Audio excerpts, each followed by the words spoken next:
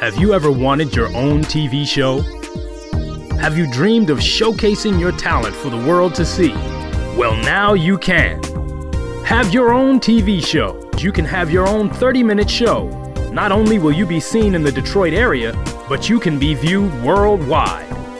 Be seen on WHPR Detroit Live, Comcast Cable Channel 91, on the web at TV33WHPR.com, with the TV33 app, on Roku, Google TV, Apple TV, and on Amazon Fire TV.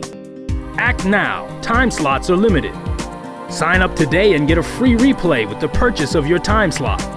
For more information, call 313-868-6612. Visit our studios and receive a free TV interview to promote your business, church, or organization by appointment only. I'm joined today by Maureen Taylor and Louis Pisker to let you know about a new financial empowerment center located in the Wayne County Treasurer's Office. Do you know someone, family or friends, that need help with finances? Do you know people having trouble making ends meet, especially with property taxes or other payments? The Detroit Financial Empowerment Center can help. Treasurer Sabri invites you to visit the new Financial Empowerment Center, 400 Monroe, on the 5th floor in downtown Detroit. We've partnered with the Wayne County Treasurer's Office and the City of Detroit to provide free one-on-one financial counseling to help you address problems related to utility bills, property or income taxes, credit repair, and other financial matters. Our professional counselors can also help you plan your monthly budget and increase your credit score. This service is available to all Wayne County residents.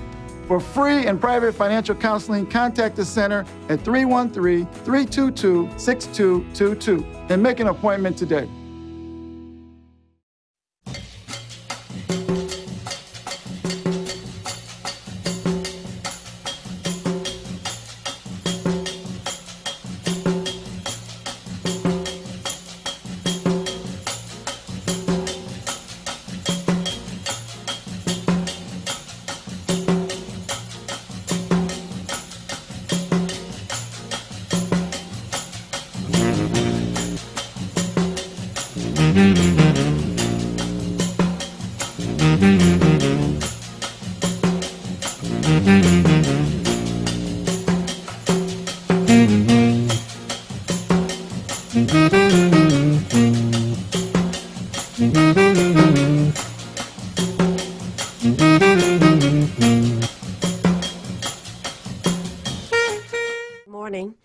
This is the weekly broadcast of the Ask Welfare Rights Program.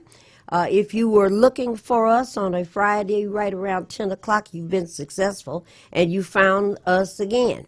And I'm saying us because I'm generally here with my colleague, but there's an issue that's going on in Highland Park that I'm about to address in just a moment, which is the reason why Marion is not in the station here today. Now, my name is Maureen Taylor. I work with the Michigan Welfare Rights Organization, and this program we've been on this WHPR for a long time, and what we try to do is provide information, details, support, phone numbers for low-income welfare recipients or moderate-income workers that folks may not know and folks might need.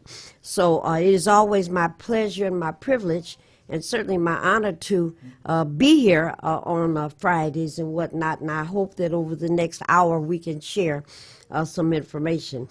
Now, Marion and I had a conversation this morning, and what she tells me is that she smells the odor of gas. And of course, that's always scary. That's always dangerous. So she's been in contact with folks over at DTE who are going to come out immediately to take a look at and try to see if they can detect the same thing that she's smelling. And of course, Marion lives in Highland Park. So I would ask anybody and everybody in the Highland Park area nearest to Davison and Woodward on the west side. Is that the way? No, east side, on the east side of Woodward. Pay attention. If you smell gas in your house, or if you step to your front porch and you smell an odor of gas, you should be calling DTE. The DTE number, for an emergency like this is 1-800-477-4747. So you should be calling if you smell gas, because you know that could be potentially a problem. Doesn't have to be a problem, but let's just practice caution. There are a couple of things that are going on that I want to make certain I highlight that Marion and I were prepared to raise today. And of course, we'll just start off with what happened last Wednesday. I wasn't here last Friday. So Marion and Miss Gracie managed the program. But on the 6th of January, that's on a Wednesday, and someone noticed something about that particular Wednesday, so let me share it with you. Sort of like reminded me of the 3 6s, you know, the sign of the devil. And on the Wednesday was the 6th. Yesterday, Wednesday, was the 13th. And next Wednesday is the 20th. So on the 6th, there was an insurrection that occurred where gangs of unruly, violent, anti-democracy, anti-black, anti-women, anti-some of everything else were amassed, were assembled by the President of the United States. And he organized this group, made certain that they knew from across the country to come to Washington, D.C. on that particular day, and attended a rally. And the Capitol Police, Washington, D.C. Police, say that we're talking about anywhere from 25,000 of his followers. Number 45 came from as far as California, as far as Florida, as far as Maine, all over the place. And they assembled in a rally where he told them voting was fraudulent. That same story that's been going on with predominantly Republicans for quite some time now. And pointed out the states where the rally was told, if we overturn the vote in these states right here, and this has been an ongoing narrative for quite some time, if we overturn the votes in these places, I will be president again for another 4 years. And of course, the states that he was talking about here, Michigan, Pennsylvania, Wisconsin, Georgia, and there might have been some others, but those were the 4. And of course, there are large communities of people of color that live in these 4 states. And as you all know, because the WHPR audience is very, very wise, as you all know, this has been an issue for several months. Wayne County, I remember when the canvassers, the Board of Canvassers statewide, were preparing to certify the votes. And they made a decision that they would certify every county in the state of Michigan except for Wayne County. And then after a kerfuffle jumped up, then they said, well, what we'll do is certify all of the counties and separate Detroit out. And what was the reason for that? Well, the reason for that was that the current administration just could not accept the fact that in Wayne County, not just Detroit, but in Wayne County and in other counties, you had to go to Benton Harbor as a city. You had to go to Flint. You had to go to Pontiac. You had to go to Saginaw, for sure, Ontonagon, a couple of places, Marquette County. And in all of these places, folks had made a decision that we were tired of the regime that was in office. And after 4 years, we were just worn out with this. And so we wanted to vote that group out and allow someone else to come in and see if we can get back on some kind of an even keel. And I guess it was just so difficult to realize that there was about 150 156,000, thank you, 156,000 votes cast for the one candidate over the one that lost. And this was, of course, no, this is not going to be acceptable. Let me take a moment because I forgot to share the phone numbers. We've got new numbers, temporary numbers. Area code 313-365-7327 or 365-7379. Last four digits, 7327 or 7379. So the fact that so many people in Michigan voted out the current regime, that must have meant that the votes were fraudulent, and certainly the fraud came out of Detroit. The fraud came out of Highland Park. The fraud came out of Hamtramck. The fraud came out of Saginaw. The fraud came out of Flint. The fraud came out of Benton Harbor. And those are the places that they highlighted. But even that wasn't true. There were communities where there are predominantly blind Anglo-Americans that also made a decision. We're tired of this. And voted in numbers unseen before in an American presidential election. So this was the basis of this argument. We have to go back and recount votes in Georgia because we don't think the Georgia vote was correct. Well, they did recount once. Well, we're still not sure. We like to go back and recount another time and check signatures. So, you know, whoever signed a voting card 10 years ago, and now let's look and see if on the individual pieces of paper that you have to sign when you go in person to vote, let's see if those signatures matched. Okay, we could do that. Went back a second time and still came out the same. Still not enough. Third time. Let's get into this voting situation and let's bring in handwriting experts. Okay, sounds like Metlock or Colombo or something.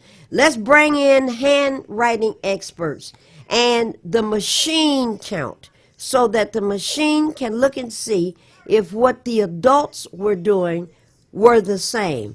And guess what happened? Turns out that the Democratic candidate ended up with a few more votes by the time they brought the machines to do a hand count. So that wasn't enough. Same thing in Wisconsin. We have to go back and review, and we want to count again. Okay, multiple counts. Pennsylvania, we want to go back and count again and do the handwriting analysis again. All of these kinds of things. And that happened. So all of these multiple votes occurred, and still the current president said it's not good enough.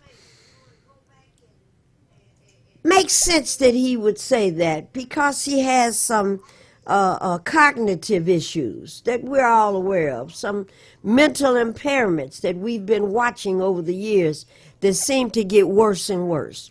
So that makes sense. The part that seemed to be rather surprising up until January the 6th is that there were other elected officials in the Republican Party that were taking that argument that they knew was not true and telling their constituents across the country the vote was fraudulent. Why do you say that? The votes were fraudulent. Well, why do you say that? The votes were fraudulent. Well, why do you keep repeating that? There have been 60 court cases across the country, and people have been in and out of court bringing information,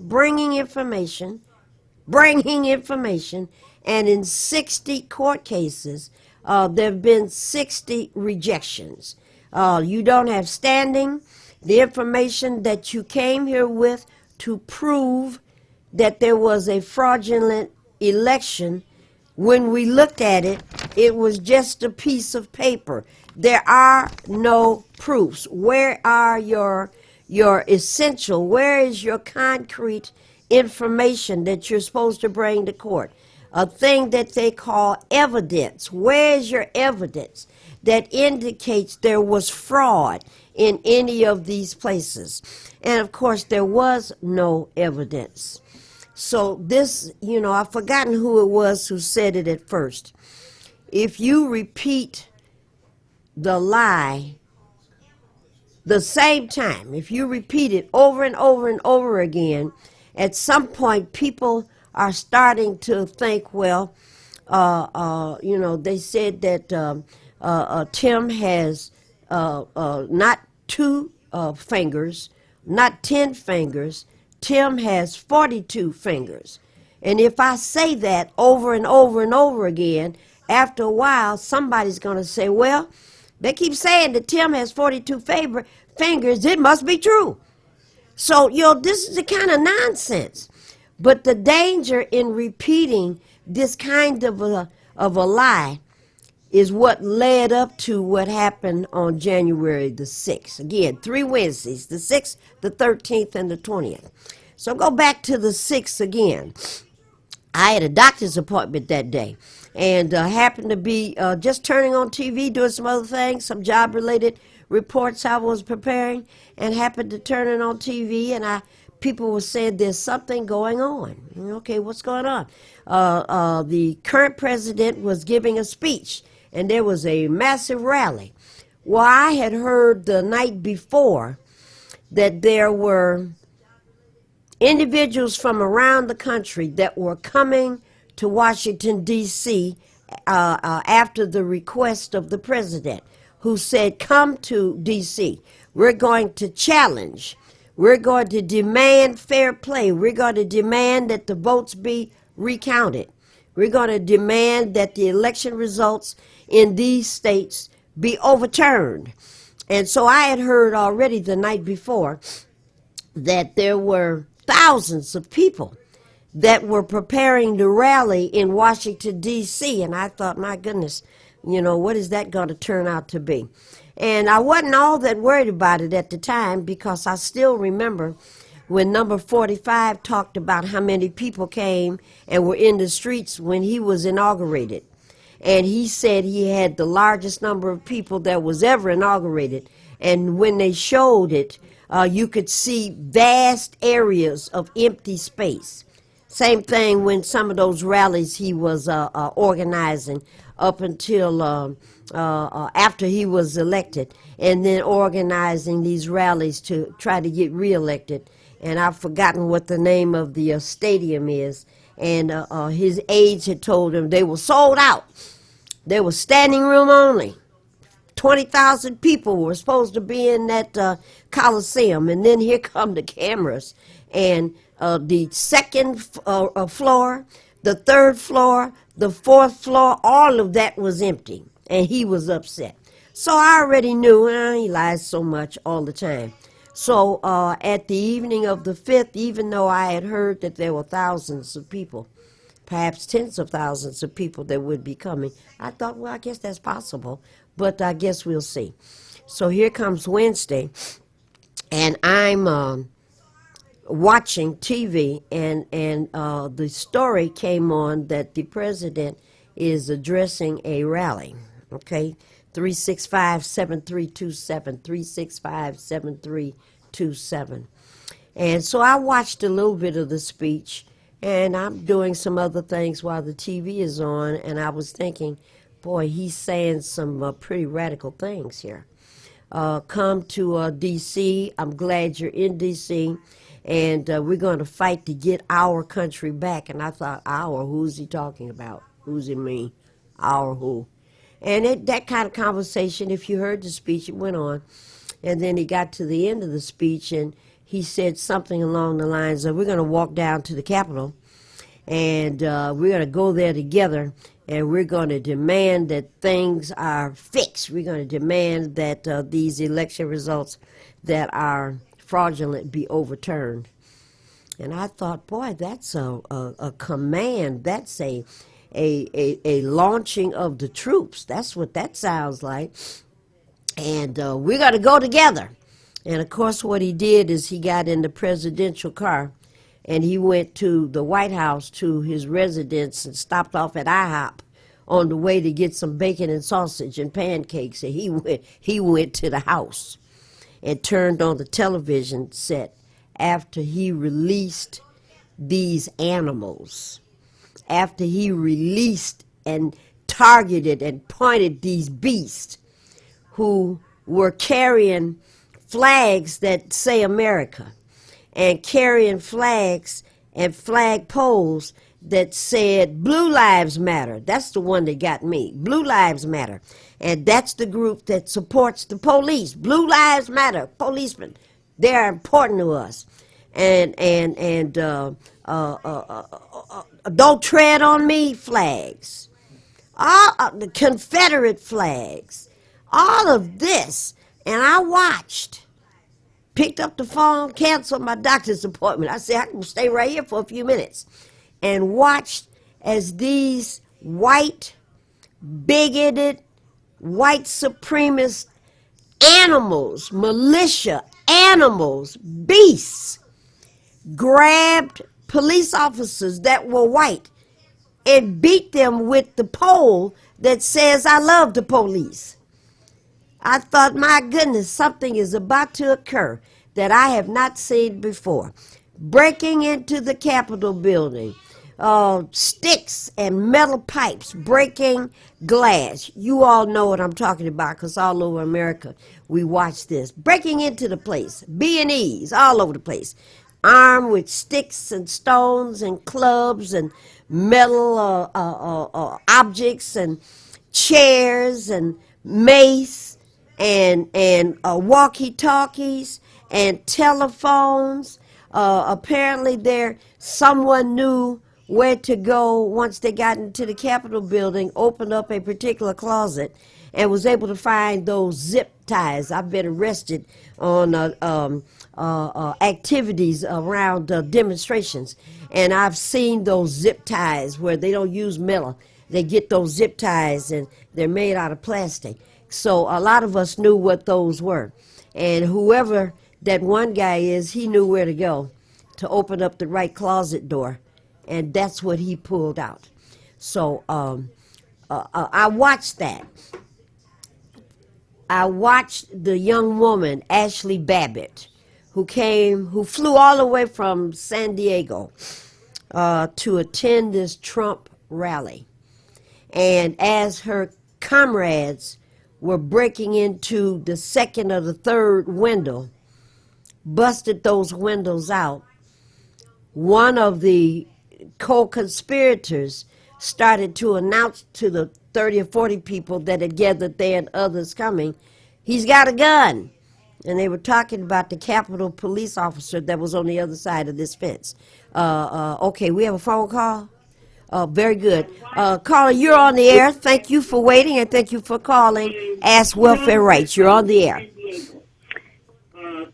Let me put the phone down. I can hear you. Can you speak up? Hello, caller. Are you there? Caller, turn your TV down and talk on the phone. Caller, are you there? Oh, okay. Well, I get hung up on all the time. That's Marion. She'll call back. Yeah, all the time. So, after glass was broken, then what happened was Ashley Babbitt, a lady, she had served several tours of duty in the Middle East and was an avid Trump supporter and part of this conspiracy talking about let's overturn votes. And she was the first one to climb through this broken window. And after the Capitol Police, and she should have known better, after the Capitol Police said multiple times, don't come in here, don't come in here, don't come in here, had his gun drawn and trained, she came through anyway, and he shot her back through that window. And at first, when I looked at that and realized what had happened, looks like we got another caller. Caller, thank you for calling in, and this is the Ask Welfare Rights broadcast. Caller, you're on the air. All righty. Technical issues that are happening and whatnot. Well, maybe so and maybe not. Okay. Well, when I say technical issues, it could be on either side here. See, yeah. So, all right, caller 365-7327, 365-7379, 7379. Maybe you better try the other line. 365-7379. So, Ashley Babbitt lost her life. And that was sad to see. Okay, we going to try this again? Or not yet? Okay. All right, so Tim, you'll tell me. All right, so she was a casualty of this activity. And since that time, her family has been on TV talking about how they told her, you need to stop, don't go there, might be dangerous, don't participate. And she made her choice. Okay, she made her choice. Now, the other thing that happened, there are lots of things that happened, is we saw an officer, his name is Sicknick, Sicknick. Officer Sicknick, 12 years at the Capitol Police. And apparently on his website, it indicated that he was a Trump supporter, but he did not bring that to the job that day. That day, what he was trying to do is protect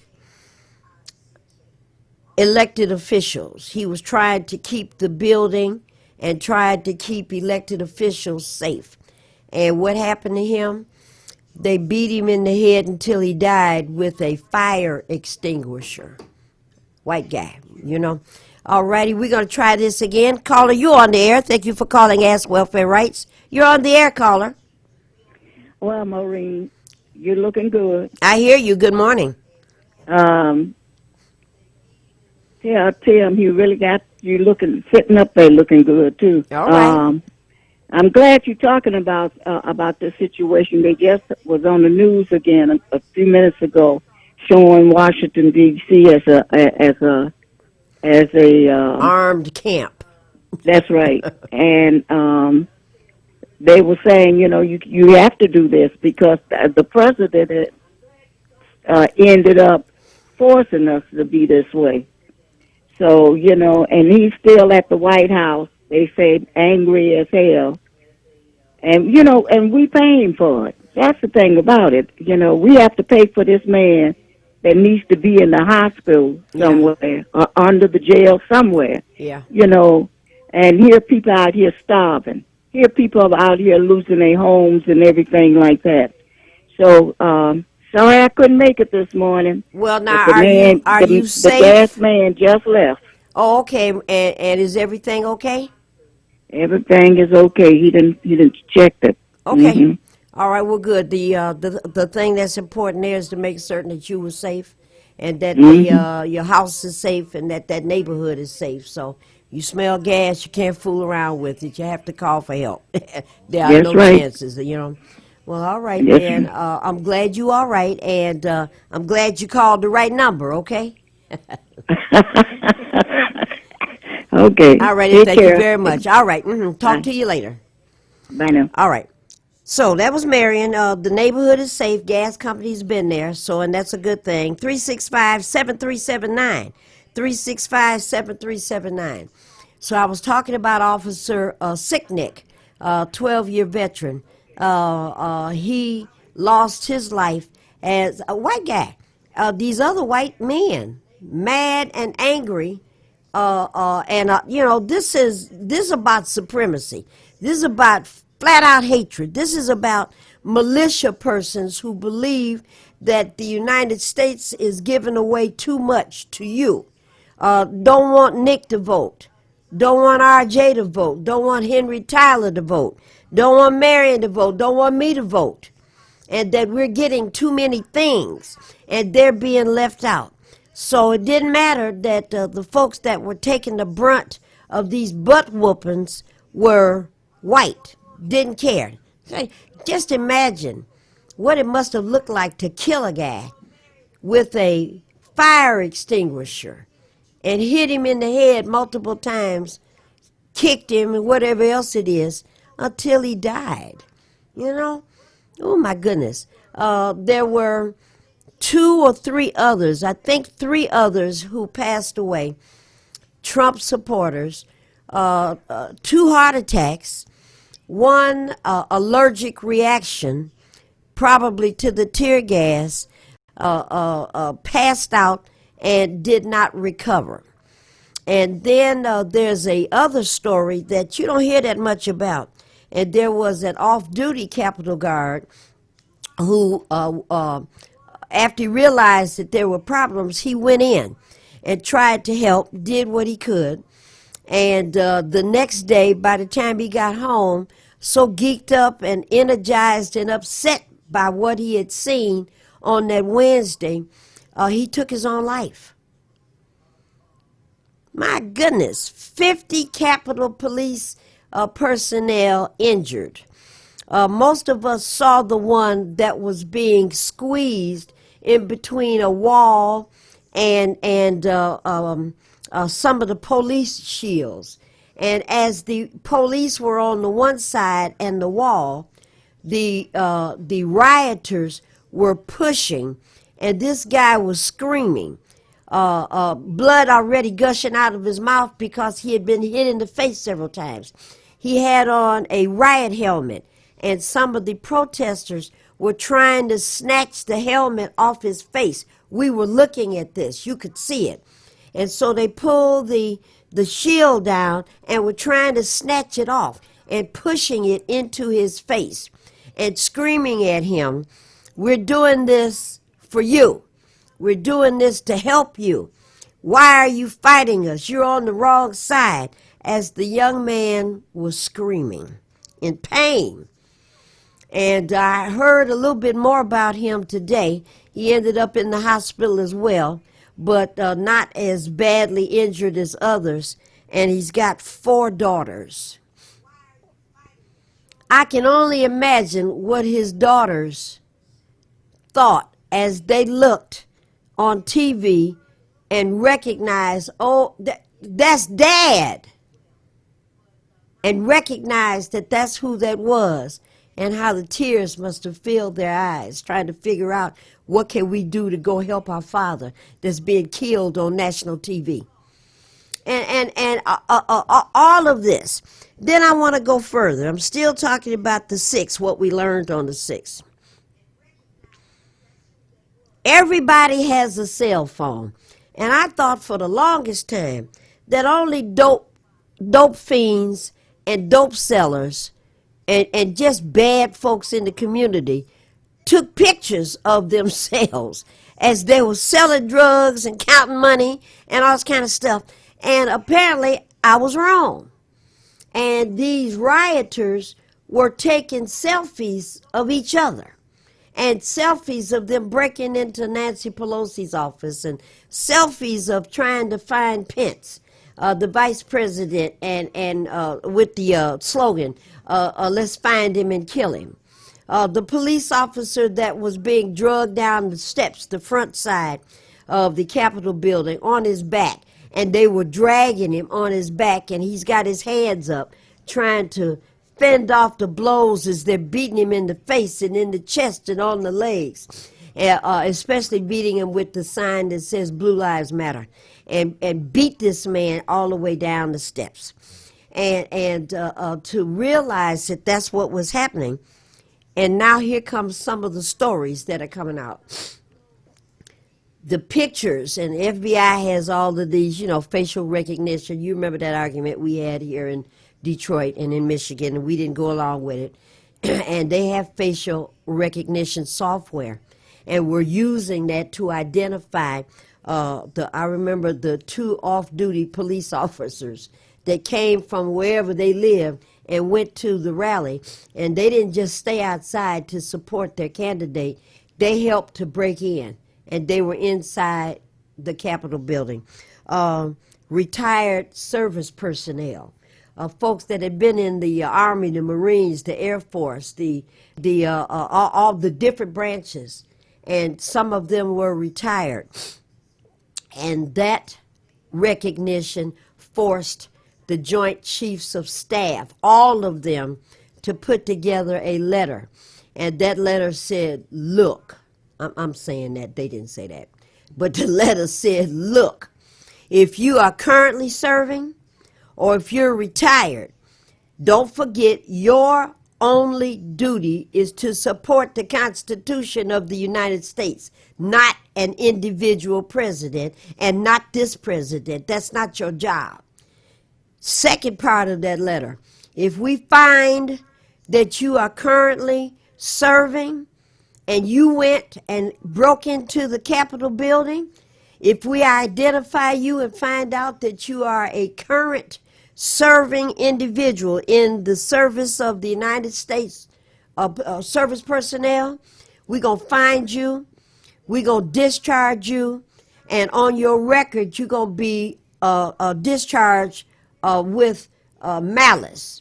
And you will not be able to capture any kind of fees, any kinds of retirement benefits, undesirable. That's what's going to be on your record. And we mean that. First time the Joint Chiefs of Staff wrote any kind of letter like that. And they said that because they had already seen a retired lieutenant general or colonel who was in the chambers of the Senate and sitting in different chairs. So not honorable, he's going to be given a dishonorable discharge. The records are going to change. And whatever kind of retirement benefits he's living on right now, which is our money, he lost that. So whatever kind of job he has in the daytime, I hope he has one, that's going to be his income. And then I saw school teachers, I saw counselors, youth counselors, lawyers, a couple of elected officials from other cities, all kind of people being recognized and being arrested as part of the cabal for breaking into the building. And going along with this, I want those votes to be overturned. They're not finished yet. When I left the house this morning, apparently they're closing in on 200 arrested individuals that they've been able to identify with that facial recognition software. And there are going to be others. There are going to be others. My goodness, there are going to be others. And then let's go to that next Wednesday, which is the 13th, which is 2 days ago. And after the building had been ransacked, items stolen, all kinds of breakage. I'm told that they were defecating, having bowel movements in the building, on the carpet, on the floor, and picking the excrement up and wiping it on the walls. And when they got to the John Lewis exhibition, they put excrement over the John Lewis exhibition. Animals.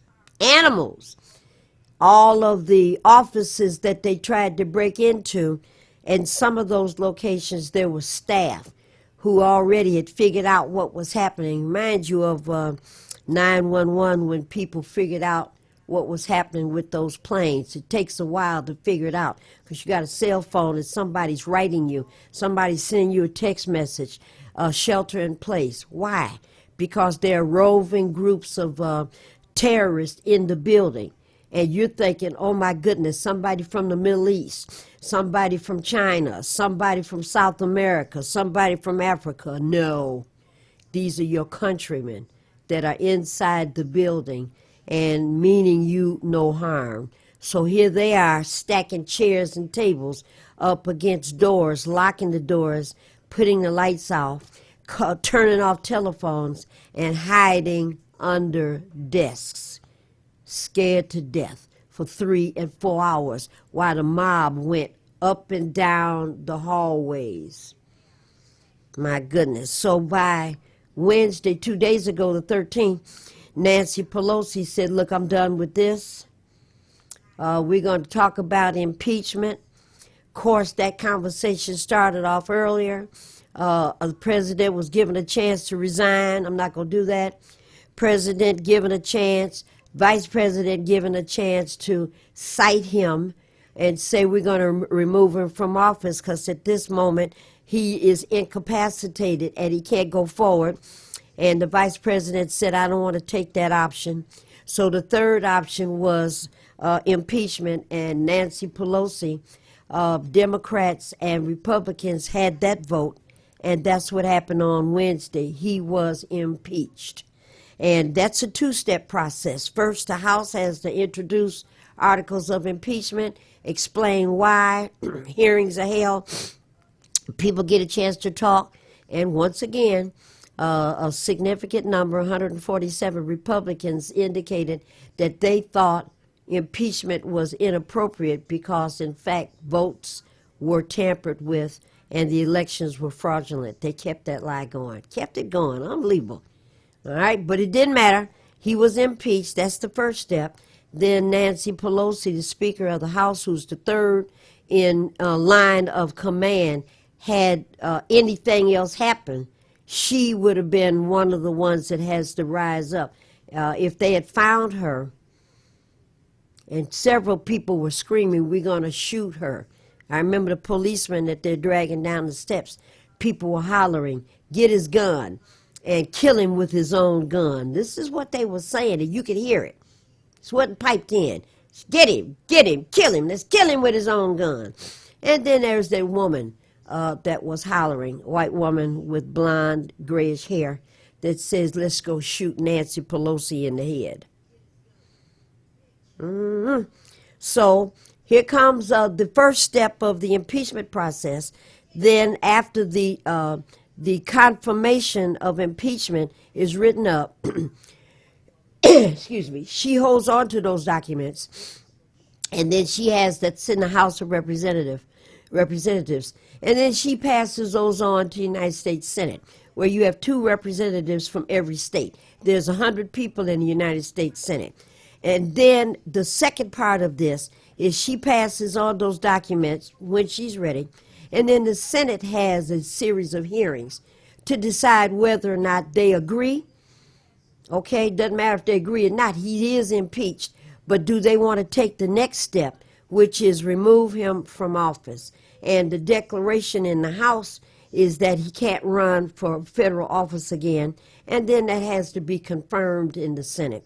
So Mitch McConnell, who has been the one in charge of the Senate Majority Whip, he lost that job. And a Democrat is now in favor of that. So once that goes over and those documents are reviewed, then hearings and whatnot are set up. And of course, the Republicans are now saying, we'll have time for that. Let's unite. Let's sing songs of unity. Let's forget all that fighting we've been doing. Let's just get over that. Of course, the voting was still irregular, fraudulent. But Rodney King, can't we all just get along? Let's just be friends. And that's what the conversation has been. So the president, current president, has, I think it's 6 days. Today is Friday. So Friday, Saturday, Sunday, Monday, Tuesday, Wednesday. He's got 6 days left. And I noticed yesterday a couple of television programs, and 3 men in a truck finally got there. Atlas Moving finally got there. And he has already started to move his items out of the White House. Hopefully he'll take them all out. Everything. And go fly down to Mar-a-Lago and stay there. And so maybe that part of this saga is over and we don't have to deal with that again. All right, looks like we got another call. All right, caller, thank you for your patience. And you are on the air, caller. Good morning. Shout out to you. You still looking good. And thank you, and Happy New Year to you. Thank you. The struggle continues. Yes. And I just and you know, I'm trying to deal with the stress and the depression that it caused, because all yeah. we're listening to every day is doom and gloom. It seems like they keep shoveling two parties down our throat, and they get to play good cops, bad cops, while we're out here struggling and suffering and stressing and That's right. complaining. And it's just like we just going to have to grab that faith and do what we have to do That's to right. survive out here, and to support one another, and to reach one another, to teach one another and help each other, because it is no joke. It's no joke. And we just have to get prepared and put on our boots and our marching and our heart. And go take care of business. And take care of business, Yeah. because it's just so much and it's too much. It's a And nightmare, it isn't seems it? to be coming at you every day. Something new is coming your way. So get ready for the blow so you can take the punch and blow back at them. And keep on moving. You got that right, Carl. I appreciate you. Love you. Keep up the good work. And thank you, dear. Uh-huh. All right. Yeah, the call is right. We're under siege, so anybody that watched that is still under siege, and it's not over yet. So then I'm going to move on to what's going to happen next Wednesday, which is part and parcel of this same saga of violence and grief. And these militia groups, Proud Boys, No Pride Boys, and whoever else, these different militias have promised and threatened that they're going to disrupt activities at the inauguration. The president has already said, I'm going to support a peaceful transfer of power, but I won't be at the inauguration, which is a lie again. You know, if you support the peaceful transition of power, you're supposed to be there to pass the baton on to the next group. That's supposed to be what you're doing. So already, you know, but no surprise there, he's a liar, right? So if you're not going to be there, that means you're still in opposition. This is the first time this has happened where a sitting president has made a decision not to attend an inauguration, and we're talking 200 years plus. So, you know, ongoing saga, ongoing drama. So as these militia groups are violent, Lord have mercy, Jesus, violent, as they promise and as they threaten that they're going to attend the inauguration, and they want to circle the Capitol building to make certain that no Democrats are able to attend. The first thing I thought about is not only are a number of elected officials going to be at that inauguration, I thought, my goodness, the Obamas are going to be there. Oh, Lord, what does this mean? All right? So that circumstance is going on. Plus, they said, we're going to do more than that. We're going to disrupt activities at Capitol buildings in all 50 states, including Hawaii, Alaska. We're going to go there. We're going to disrupt. We're going to be violent. Well, why are you doing that? Because we have to take the country back. Well, take the country back from who? Who has it? What are you talking about? And, you know, they never get into that part. You know, it's too many people that are getting too many things. And again, we're talking about they don't want Tim to vote. They don't want Henry Tyler to vote. They don't want RJ to vote. They don't want Marion to vote. You know, they don't want me to vote. And it's always about privilege. This is my building. I get a chance to go in my building anytime I want to. It's my building. I can go there day and night and do what I want because all these things belong to me. That's that privilege conversation, that I have rights that are exclusive to me because I'm a blind or blue-eyed man or woman. So what's coming up is that kind of a circumstance, that kind of a threat for sure in Michigan, because, you know, everybody's mad at us all the time about something. So the governor has put together a security strategy where, you know, folks are allowed to protest, you can picket and all the rest of that, but the building will be off limits. And folks that want to go to Lansing and picket and demonstrate, you could do that out on the grass and do that out on the lawn, which is probably a very good idea for that to happen, because otherwise, we all remember that back in March, April, and May, we saw armed militia in the Capitol building with assault rifles. We've got some new legislation just passed in the last week since January the 6th that says you can't do that anymore, except if you have a concealed weapon, you can bring that inside. Just nonsense. Just nonsense. I can't, if I've got a flyer and I'm protesting and it says whatever it says, I can't take my flyer or my banner into the Capitol House, but I can take my gun. Madness, madness, madness. So as I highlight, and I want to read off a few other things here because we've got help still available for folks in Michigan. Wednesday the 6th, Wednesday the 13th, and Wednesday the 20th. I'm calling those 3 Wednesdays that changed the country. My goodness, my goodness. All right, National Welfare Rights Union is sponsoring a Martin Luther King event. It is on Monday. If you are interested, you have to have a computer.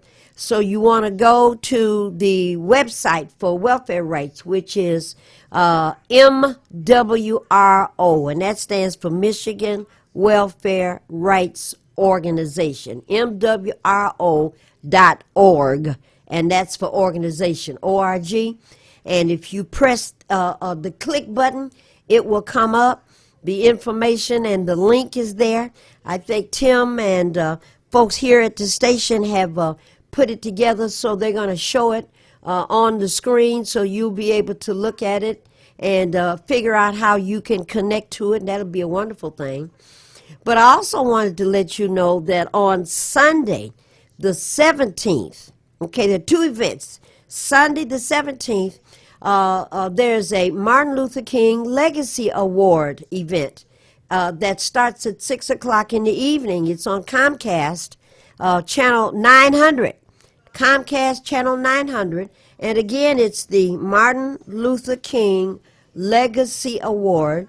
And they have decided that I'm going to receive one of those awards. Isn't that wonderful? How nice. So that's this Sunday, the 17th at 6 o'clock. Comcast has a channel 900. I didn't know that, and I had to look it up, and it is. So if you go there, and you can click on to that award ceremony. Benny, oh yeah, there it is. I'm looking at it. How nice. Benny Napoleon is receiving an award posthumously. That's still a shock. And so if you're interested, that's on the 17th. On the 18th, which is on a Monday, everybody's invited to join us as we celebrate the King. And that's at 7 o'clock in the evening on Monday. And that's the one that Tim and other very skilled people at this station have figured out how to put it on screen, because I don't know how to do it. But they did. They were able to figure it out in less than 1 day. So there are 2 events, something happening on the 17th at 6, and then there's something happening on the 18th, which is that Monday, the official day that we celebrate the life and legacy of Dr. King, and that's available on that day. And it'd be wonderful, even if you don't have access to a computer, the phone number is there. And on Monday, if you care to join us, you'd be very, very welcome. And I think this information is going to be shown 2 or 3 times. So if you missed it today, you'll be able to pick it up someplace else between now and Monday. And then I want to end, because we're about, looks like, well, we got about 10 minutes left, Tim? Yes, ma'am. Okay.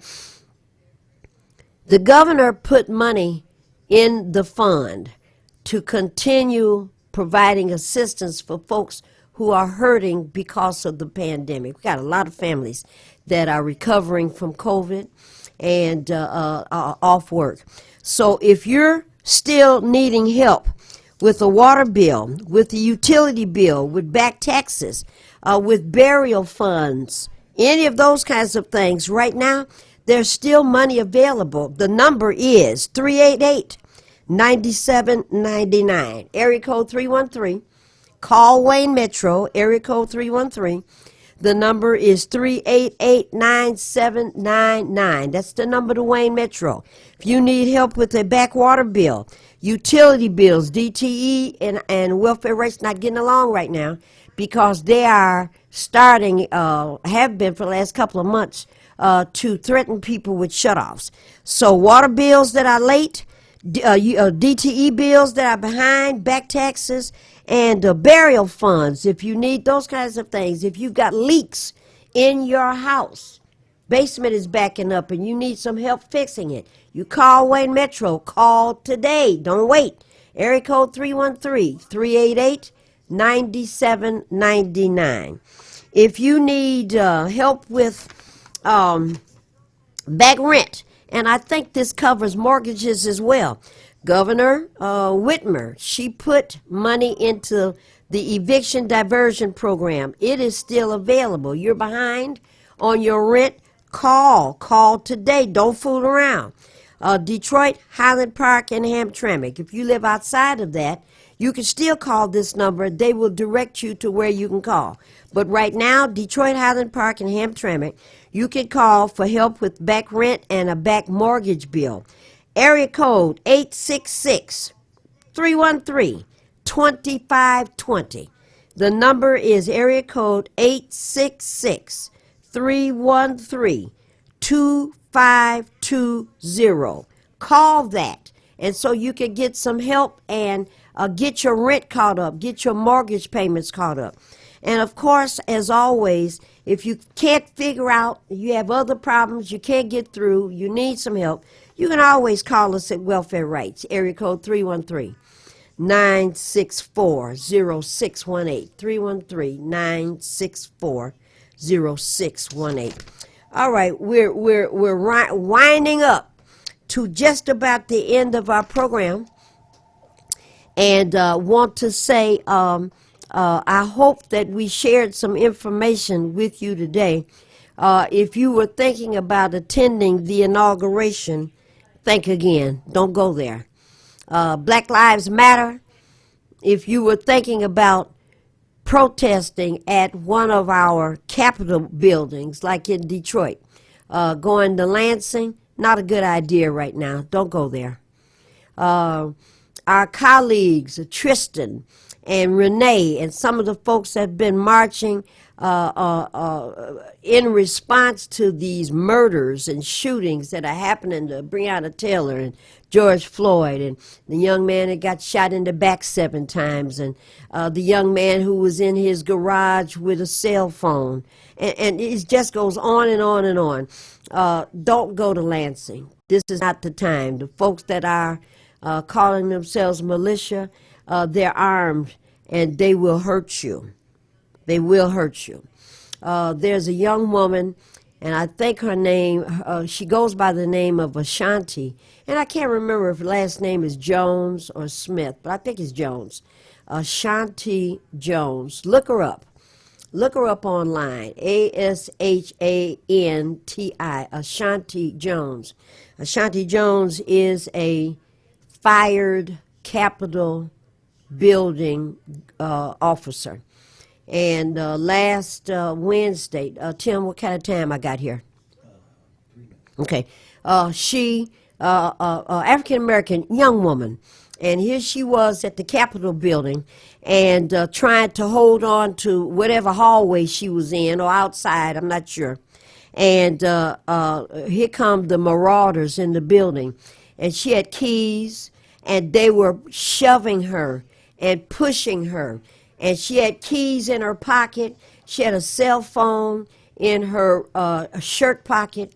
And these men were touching her body, trying to get the cell phone out of her shirt pocket, trying to get her keys out of her pants pocket. And she's pushing them off. And they're shoving her. Get out. We're doing this for you. And they're putting her hands on her body. And she's fighting them. Stop it. Don't touch me. Leave me alone. And she's backing up. And there came a moment where a woman, part of the Trump team, came out of her right side and said something to her, and got in her face. And Ashanti took her right fist and clocked this girl. Boy, she bust her straight in the face, broke that nose. These men grabbed her by her shirt, her shoulders, and running her backwards. I don't know what they were going to do to her. I've seen this kind of stuff before.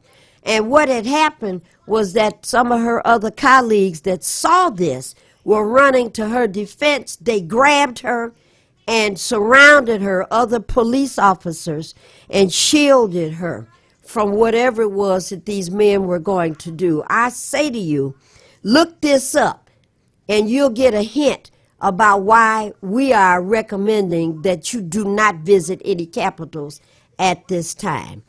So, we're going to close out the program for today. We've learned a lot. I've shared a lot. My name is Maureen Taylor, and I work with the Michigan Welfare Rights Organization. Again, call us down at Welfare Rights 9640618 at any time if you missed any information. And take a look on the WHPR screen, and perhaps you could join us on Monday at the Let's Honor and Let's Celebrate a King event. Until then, Lord willing and the creek don't rise, stay away from Lansing, keep your mask on, and let's go get a vaccination.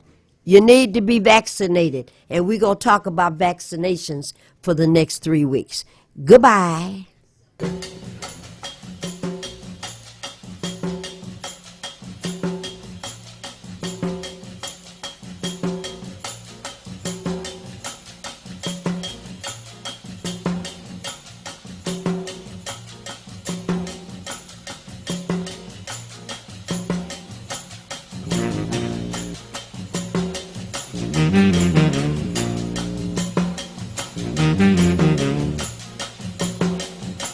Mm-hmm.